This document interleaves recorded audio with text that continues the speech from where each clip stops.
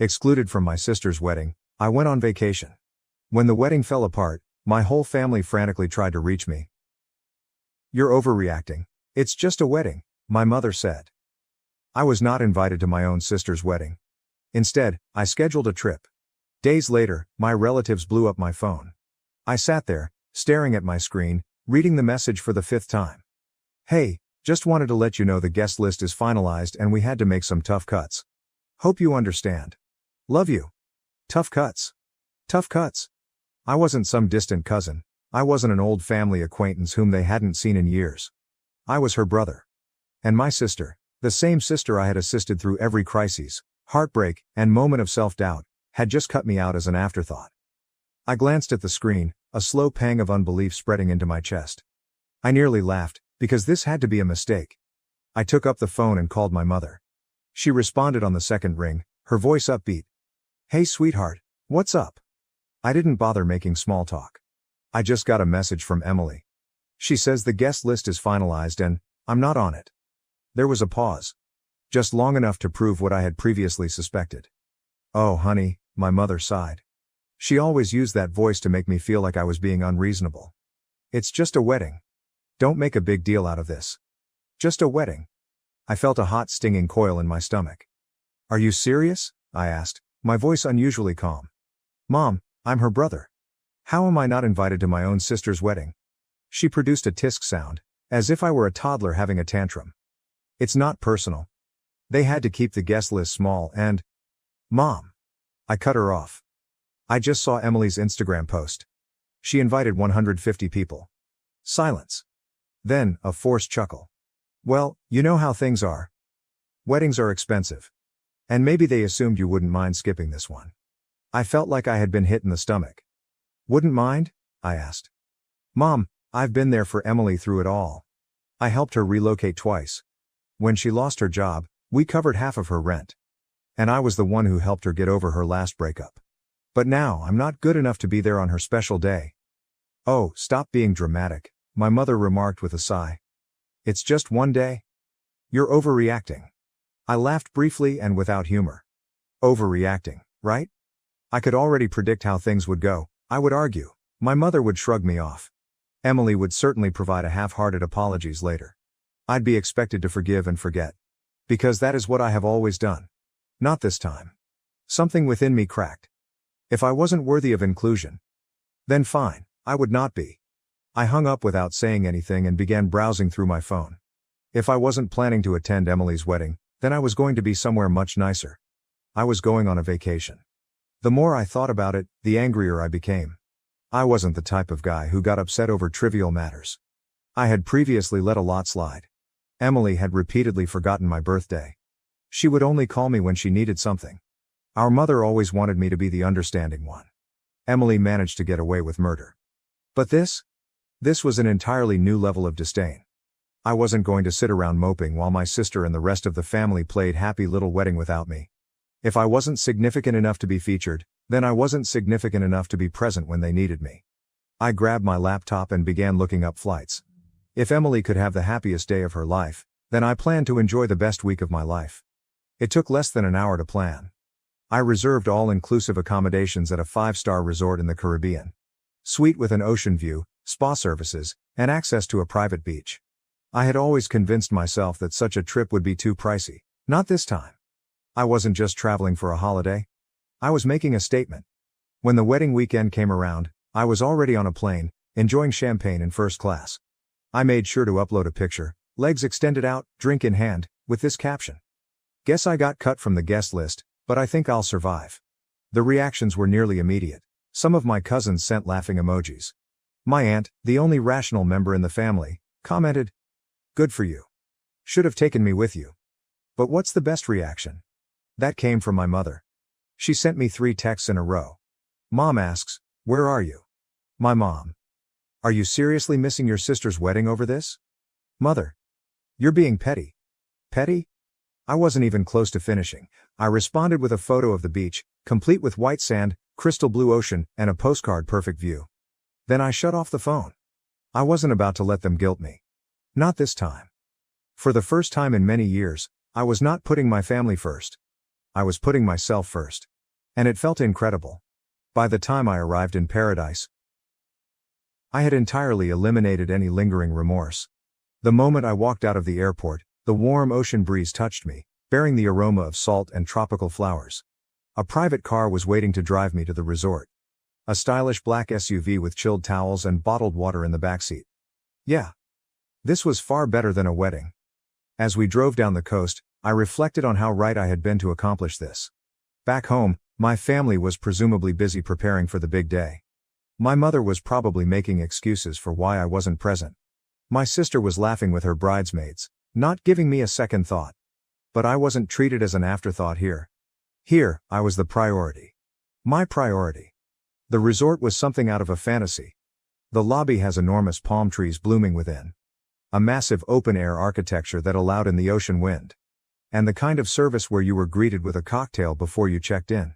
My room? Unreal. Floor-to-ceiling windows and a private balcony and the most gorgeous king-size bed I'd ever seen. I threw down my things, strolled out onto the balcony, and simply took it all in. Then, just to make matters worse, I took a picture of the scenery and shared it with this caption. When one door closes, another one opens, preferably to a beachside suite with unlimited margaritas. I knew it would find its way back to my family, and honestly, I hoped it did.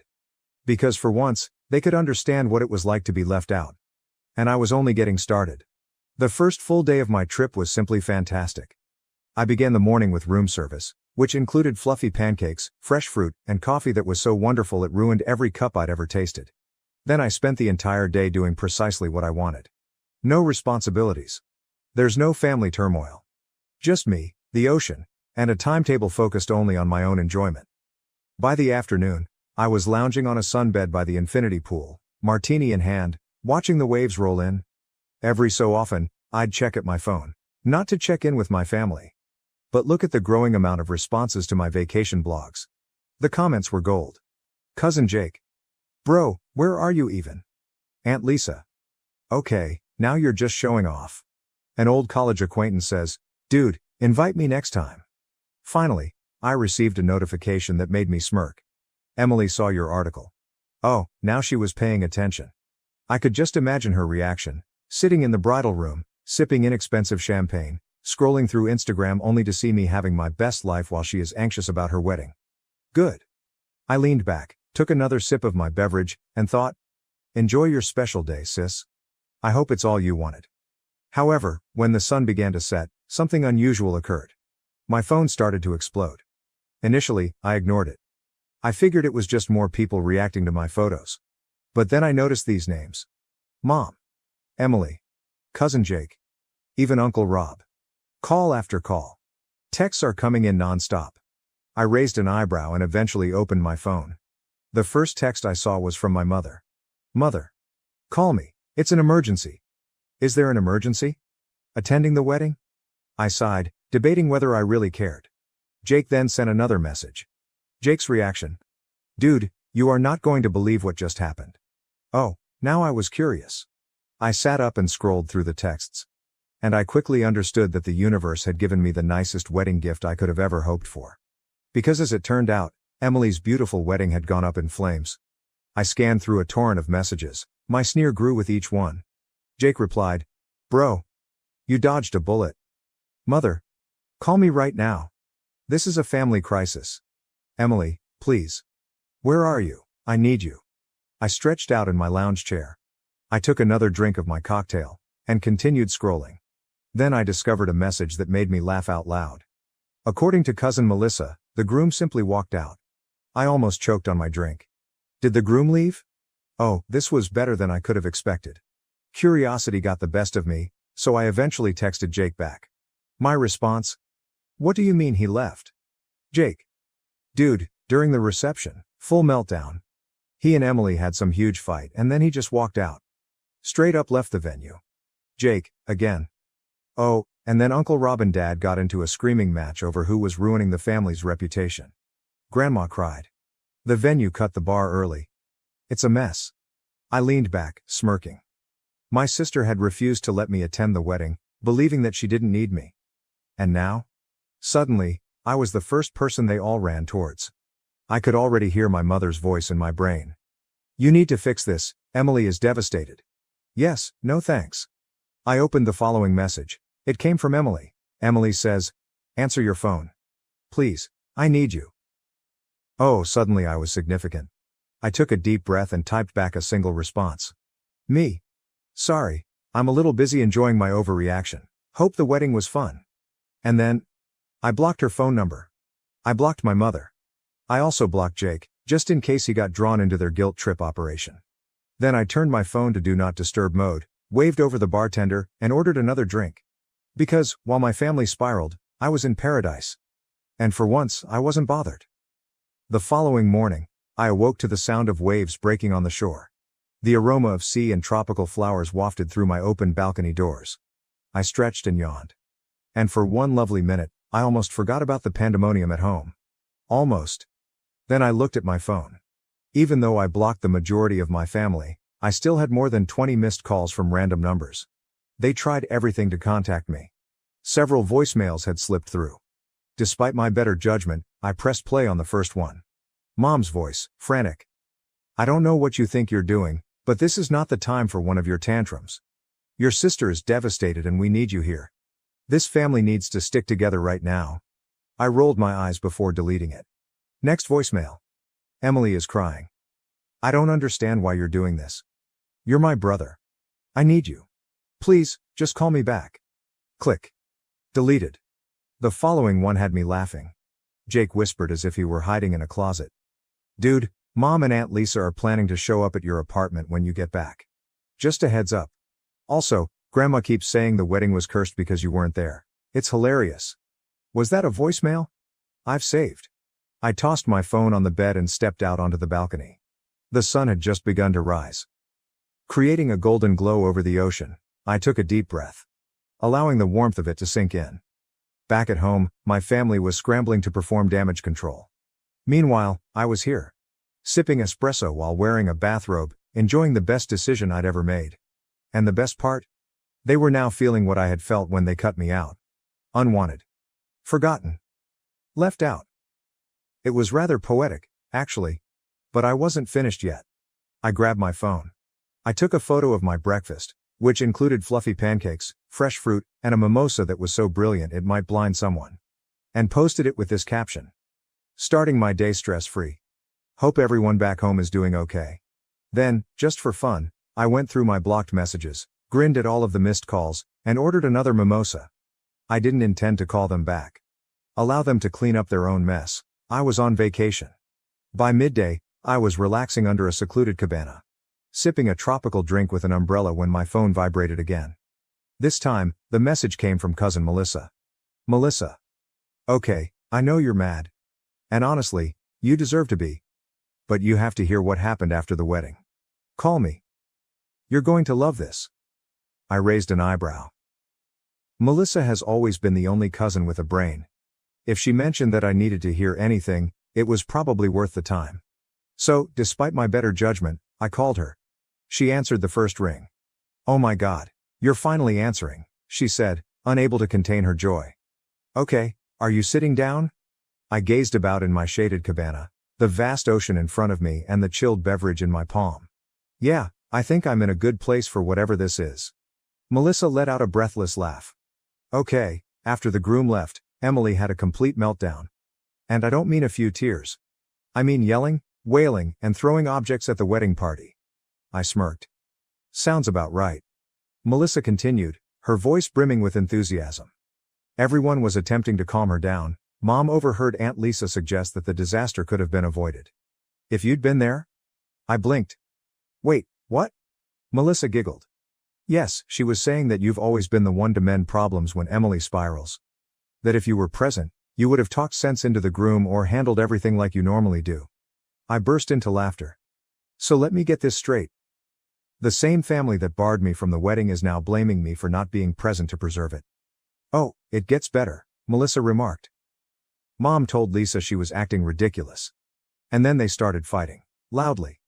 Then Grandma became involved, saying Emily brought this on herself. Because she offended the cosmos by not inviting her brother. I almost choked on my drink. Melissa was cackling now. Grandma lectured Emily in front of everyone, stating, If you had treated your family better, you wouldn't be alone in your wedding dress right now. I leaned back smirking. Wow, that's beautiful. Oh, and then, Melissa said. Your mother attempted to contact the groom's family to resolve the situation? His mother just smiled and said, this is your issue now. I had to set down my drink before I spilled it from laughing so hard. So, I said, collecting my breath. Where does that leave Emily? Melissa sighed. Still weeping. Still blaming everyone except herself. Last I heard, she was trying to save the wedding with some sort of backup plan. But let's be honest, she's not going to recover from this. I shook my head grinning. You know what the best part is? What? I took a slow sip from my drink. I don't care. Melissa roared with laughter. Honestly, I don't blame you. I just thought you'd appreciate knowing that karma did its job. Oh, I love knowing that, I remarked, smirking. Thanks for the update, Melissa. No problem, she replied. Enjoy your trip, and for the record, you did the right thing. I hung up, more satisfied than I had been in years. They wanted a wedding without me. And now, thanks to their own selfishness, they had a disaster instead. I grabbed up my drink and raised it to the heavens. And I toasted to the best decision I've ever made. Then I turned off my phone and relaxed back in my cabana. Let the beach air sweep away the rest of my shame. For the remainder of the day, I didn't look at my phone. Instead, I scheduled a sunset cruise. Allow the warm breeze to wash over me, and had a 5-star meal by the seaside. My family was still picking up the pieces from Emily's wedding tragedy. I was enjoying the greatest steak I'd ever had. At some point, a notion occurred to me. Perhaps I should feel sorry for her. Then I remembered how she left me out without hesitation. Yes, no. I took a sip from my wine. I took one last shot of the view. And shared it with one caption. 0 regrets. Finally, with a contented smile, I turned off my phone again. Let them stew, I was done being their backup plan. The following morning, I awoke feeling lighter than I have in years. There is no guilt. There will be no tension. There were no last-minute family emergencies that became my job to solve. Just myself and the sound of waves. And an entire day of nothing but rest. I stretched, ordered room service, and, out of curiosity, I turned my phone back on. A big mistake. Within seconds, my notification surged. Mom said, "You need to stop acting like a child and call me." Emily's response. "I can't believe you're doing this to me. You are so selfish. Your mother. This isn't funny. Emily is heartbroken. Do you even care?" Unknown number, possibly my aunt. "We need to fix this family before it's too late." I groaned and shook my head. It was almost surprising how swiftly they moved from ignoring me to expect me to cure everything. Then, one message struck my attention. Melissa. Okay, I understand you are ignoring everyone, but please read this. Your mother is trying to gather the family for a discussion when you return. Just a heads up. I almost laughed aloud. Oh, they assumed I would return as if nothing had happened. As if I'd just come up and let their guilt trip me. And pretend the entire thing never occurred. Yeah, not happening. I quickly replied to Melissa. Thanks for the warning, but I won't be there. Melissa says. Wait, what do you mean? Me. I'm extending my trip. They wanted to cut me out? Okay. I'm cutting myself off altogether. I could almost see her reaction. A combination of astonishment and amusement. A few seconds later, she responded. Melissa. Okay, that's iconic. Tell me everything when you get back, whenever that is LOL. I grinned, set down my phone, and grabbed up my laptop. With a few clicks, my trip was officially extended. Another entire week. There's no family. There's no drama. No family discussions. Just me and the water. They never allowed me to have peace. And the best part? They couldn't do anything about it. Before going to the beach, I sent one final text. Me, Mom, and Emily. Oh, so you want me around? Sorry, I'm too busy enjoying my reactions. Have fun cleaning up your own messes. Then, for the last time, I blocked their numbers. I put my phone down. Ordered another drink. Let the sun warm my skin. There is no guilt. There will be no tension. No regrets. Just peace. And it was the best decision I've ever made. Thank you for watching. If you haven't subscribed yet, please do so and hit the notification bell to stay updated with more shocking real-life stories happening around you.